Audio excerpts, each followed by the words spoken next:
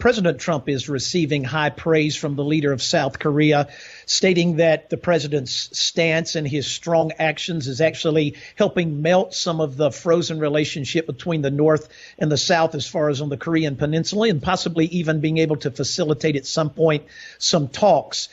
What do you think God is doing, or how is God using President Trump, in addition to him acknowledging Jerusalem as Israel's capital? How else could God be potentially using President Trump to facilitate this end time scenario that we so frequently talk about when you're on with us? You know, I've got to tell you, David, I'm amazed. I stand on the sidelines. You're involved in Washington. I'm not down there that often. You know better than I even the answer to the question, but I'm amazed how this man is as wise as a fox. I mean, he's unbelievable. And he comes up, I mean, I think that was just the epitome of his genius yesterday when he went live with that discussion of those congressional leaders. He's making decisions like that. You know, everybody seems to be scared. Well, this is going to cause North Korea to send a nuclear weapon towards us.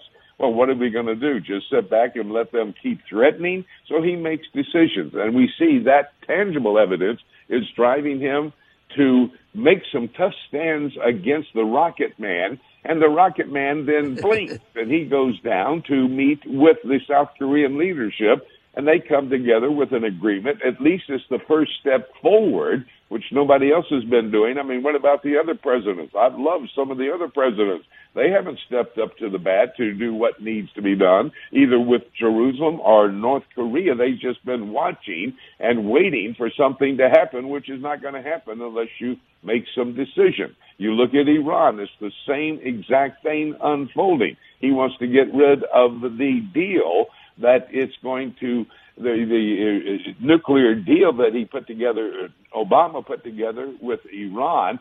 Well, he's ready to do that, but on the other side, we've been talking about the funding from the United States for the Palestinian people.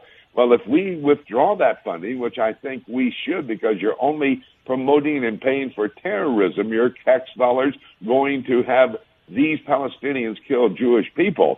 But wait a minute, if we withdraw, Iran's going to take that money, hold it. That came available, $140 billion with the nuclear deal, and they're going to spend it on helping the Palestinian people at the center of the body politic of the Jewish people to do what needs to be done to fulfill Bible prophecy. And I could go on and on with all the things that Donald Trump is doing. Now, I'm not saying I agree with everything he does, but I go back to that principle I spoke about just a few moments ago, Revelation 17:17. God puts in the heart of political world leaders to do his will, and God's will be fulfilled.